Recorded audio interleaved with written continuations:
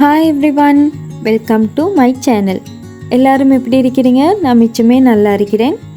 இன்றைக்கு நாங்கள் ஈஸியாக செய்ய வேண்டிய மாதிரி ஒரு lunch box recipe egg rice எப்படி செய்கிறதுன்னு சொல்லி பார்ப்போமா? வாங்க வீடியோக்குள்ளே போவோம். ஒரு பேனில் ஒரு டேபிள் ஸ்பூன் அளவுக்கு மாதிரி எண்ணெய் சேர்த்துக்கோங்க.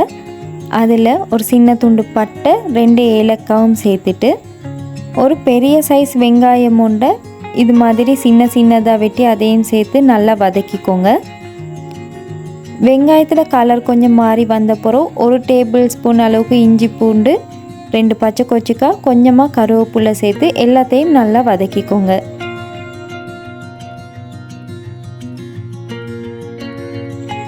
வெங்காயம் நல்லா வதங்கினப்பறம் அதில் கொஞ்சமாக மஞ்சள் தூள், 1/2 டீஸ்பூன் கொச்சிக்காய் தூள், 1/2 டீஸ்பூன் கொத்தமல்லி தூள்,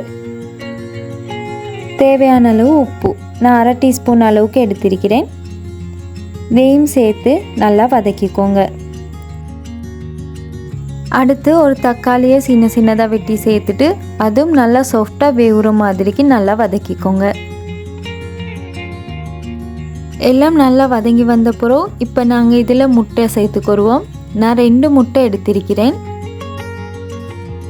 முட்டையை சேர்க்குறதுக்கு இந்த மசாலாவெல்லாம் இது மாதிரி ஒரு சைடு ஆக்கிட்டு இதில் 1 டேபிள் ஸ்பூன் அளவுக்கு எண்ணெய் சேர்த்துக்கோங்க. இப்போ இதில் 2 முட்டையை உடைச்சி சேர்த்துக்கோங்க. முட்டை நல்லா வெந்து வந்த பிறகு தான் வெங்காய மசாலாவோட மிக்ஸ் பண்ண வேணும். முட்டைக்கு தேவையான அளவு உப்பு, கொஞ்சமாக மிளகுத்தூள் இதையும் சேர்த்துக்கோங்க. இப்போ முட்டையை இந்த மசாலாவோட மிக்ஸ் பண்ணி விடுங்க. முட்டை நல்லா வெந்தப்பறம் மசாலாவோட மிக்ஸ் பண்ணினீங்கன்னு சொன்னால் கொஞ்சம் பெரிய துண்டாக நல்லா டேஸ்ட்டாக பார்க்குறதுக்குமே மிச்சம் நல்லா இருக்கும். அடுத்து நாங்கள் இதில் சோறு சேர்த்துக்கிற வேணும். நான் 1 கப் அளவுக்கு பாஸ்மதி அரிசியை வேக வச்சு எடுத்திருக்கிறேன். நீங்கள் எந்த அரிசி வேண்டாலும் வேக வச்சு எடுத்துக்கோங்க. இப்போ எல்லா சோறையும் இது மாதிரி மசாலாவுக்கு மேலே சேர்த்துக்கோங்க. நான் கொஞ்சமாக கேரட் திருவி எடுத்திருக்கிறேன். உங்கள்கிட்ட கொத்தமல்லி இலை இருந்தால் அது சேர்த்துட்டு எல்லாத்தையும் நல்லா மிக்ஸ் பண்ணிக்கோங்க. எல்லாத்தையும் இப்படி நல்லா மிக்ஸ் பண்ணி எடுத்தீங்கன்னு சொன்னால் ருசியான எக் ரைஸ் ரெடி. சின்ன பிள்ளைகளுக்கெல்லாம் இது மாதிரி செஞ்சு கொடுக்க போக்கல அவங்க மிச்சமே ஆசைப்படுவாங்க. நீங்கள் இந்த வீடியோஸ் எல்லாம் இப்போ தான் பார்க்குறீங்கன்னு சொன்னால் இன்னும் சப்ஸ்கிரைப் பண்ணலைன்னா சப்ஸ்கிரைப் பண்ணிடுங்க.